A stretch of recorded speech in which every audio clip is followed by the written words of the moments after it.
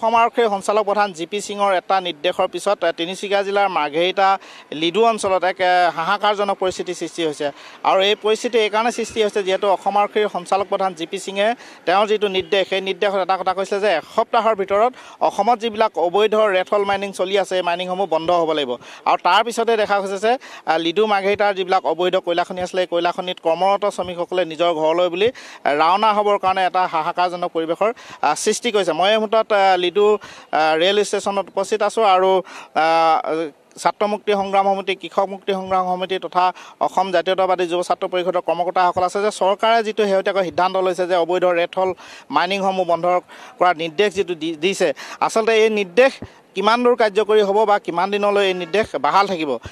উমৰাংচুৰ যিটো শোকাবহ ঘটনা এই শোকাবহ ঘটনাৰ পাছতহে চৰকাৰৰ যে গা লৈছে সেই কথা জাতীয় দল সংগঠনে এতিয়া ক'ব বিচাৰিছে। মই অসম জাতীয়তাবাদী যুৱ ছাত্ৰ পৰিষদৰ এগৰাকী কৰ্মী আছে কাঞ্চন, তেখেতৰ পৰা জানিবলৈ বিচাৰিম উমৰাংচুৰ ঘটনাৰ পিছতহে চৰকাৰৰ গা লৈল।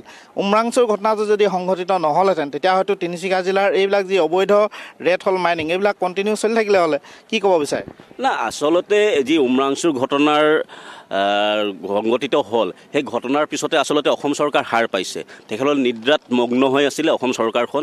গতিকে যি কি নহওক মুখ্যমন্ত্ৰী ডাঙৰীয়াই যি ধৰণে পদক্ষেপ ল'ম বুলি সিদ্ধান্ত লৈছে, তেখেতে নিৰ্দেশনা প্ৰেৰণ কৰিছে। অসম আৰক্ষী সঞ্চালক প্ৰধান ডাঙৰীয়াই তেখেতে নিৰ্দেশনা প্ৰেৰণ কৰিছে। সেই নিৰ্দেশনা পাই কিনে আচলতে কুম্ভকৰণ নিদ্ৰাত থকা তিনিচুকীয়া জিলা আৰক্ষী প্ৰশাসন, মাৰ্ঘেৰিটা সমজিলা আৰক্ষী প্ৰশাসন কিন্তু তৎপৰ হৈ পৰিছে। এয়া কিন্তু এটা লক্ষণীয় বিষয় আৰু গতিকে তাৰ পিছতে দেখা পাইছোঁ যে আমি সংবাদ মাধ্যমৰ যোগেদি দেখা পাইছোঁ যে তেখেতসকলে তৎপৰ হোৱাৰ পিছতে যিসমূহ অবৈধভাৱে যিসমূহ ভূগৰ্ভ খনি চলি আছিল আৰু যিসকল চলি থকা যিসকল লোক সেইসকল পলায়ন কৰিলে, কিন্তু সেই যিসকল অভিযুক্ত এই অভিযুক্তৰ কিন্তু নাম নিচান নাইকিয়া হৈ পৰিলে। এই এটা কিন্তু ৰহস্যজনক বিষয় হৈ পৰিলে। এইটো এটা কোটিটকীয়া প্ৰশ্ন বোধক হৈ আছে। গতিকে এই যিসকল জড়িত, যিসকল কুখ্যাত যিসকল অপৰাধী, যিসকলে প্ৰকৃতি ধ্বংসযজ্ঞৰ লগত জড়িত, যিসকলে এই গোটেই পাহাৰখন ধ্বংসৰ কৰাত যি উঠি পৰি লাগিছে সেইসকলক কিন্তু ৰক্ষণাবেক্ষণ দিয়াটো উঠি পৰি লাগিছে কোনোবা এটা পক্ষই। গতিকে আজি তদানীন্তন চৰকাৰৰ দিনতো একেই অৱস্থা, বৰ্তমান চৰকাৰৰ দিনতো একেই অৱস্থা। গতিকে আজি আমি দেখা পাওঁ বহু বিৰোধী পক্ষই আজি মাত মাতিছে, তেখেতসকলে কিবা এটা ঘটনা হ'লেহে তেখেতসকলে টোপনিৰ পৰা হাৰ পায়। গতিকে বিৰোধী পক্ষসকলৰ যিটো ভূমিকা সেইটো সম্পূৰ্ণ নিষ্ক্ৰিয় আৰু তাৰ সমান্তৰালভাৱে যিটো আইনী ব্যৱস্থা, এই আইনী ব্যৱস্থাটোৰ যিটো সুৰুঙা, এই সুৰুঙাটো পোৱাৰ পিছতে কি হয়, এই যিসকল অবৈধ কাৰ্যকলাপৰ লগত জড়িত থকা ব্যক্তিসকল তেখেতসকলে ৰেহাই পায়। ৰেহাই পোৱাৰ পিছত তেখেতসকলে আকৌ উঠি পৰি লাগে ধ্বংস কাৰ্যত জড়িত হৈ থাকে। তেখেতৰ অবৈধ যি চিণ্ডিকেট ৰাজেই হওক বা তেখেতসকলৰ যি খনন কাৰ্য, এই খনন কাৰ্যত আচলতে তেখেতসকলে এই যি শ্ৰমিক হিচাপে আমদানি কৰি আনে সেইসকল কম টকাত তেখেতসকলে খাটে আৰু তেখেতসকলে জীৱন মৃত্যুৰ লগত এটা যুঁজ চলে। গতিকে তেখেতসকল পেটৰ তাৰণাত আচলতে এই গভীৰতাত সোমাবলগীয়া হয় ভূগৰ্ভ খনিত। গতিকে তাৰপিছতে যি আমাৰ মিথেন গেছ তাত উৎপত্তি হয়, এই মিথেন গেছৰ দ্বাৰাও বহুত শ্ৰমিক বা সেই অবৈধ কয়লা বেহাৰ লগত জড়িত থকা ব্যক্তিৰ মৃত্যুমুখত পৰিছে। আজি 2 দশক 3 দশক আগৰ পৰা এনেধৰণে ঘটনা সংঘটিত হৈ আহিছে। গতিকে তাৰপিছতো যদি আমাৰ যি এই উত্তৰ পূব কয়লা ক্ষেত্ৰ, এই যি ক্ষেত্ৰখনৰ ভিতৰ চৰা যিটো ধৰণে আচলতে দুৰ্নীতি, এই দুৰ্নীতিসমূহ কিন্তু নিবাৰণ কৰিবলৈ কিন্তু কৰ্তৃপক্ষই হওক বা উচ্চ স্তৰৰ কল ইণ্ডিয়াৰ বিষয়ববীয়ে কিন্তু আজি পৰ্যন্ত হাত দিয়া নাই।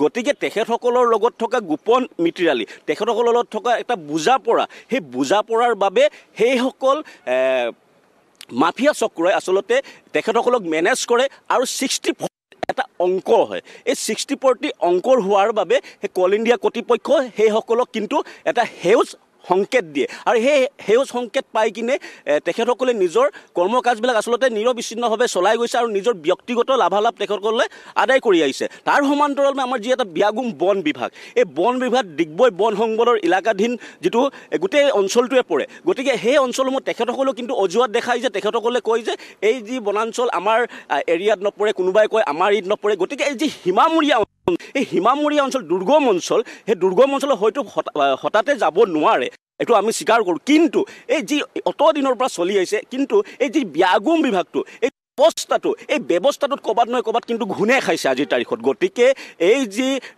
দুৰ্নীতি প্ৰতি শূন্য সহনীলতাৰ কথা কোৱা এই চৰকাৰখনে গাদী দখল কৰিছে। গাদী দখল পৰা ৰাইজ যিধৰণে আস্থাভাজন হৈছিল, কিন্তু আজি ৰাইজে কিন্তু প্ৰশ্ন কৰিছে যে এই ধৰণে যদি প্ৰকৃতি ধ্বংসযজ্ঞ চলি থাকে, কিছুমান মুষ্টিময় ব্যক্তিৰ স্বাৰ্থহিত পূৰ হৈ থাকিব, তাৰ বাহিৰে একো হোৱা নাই।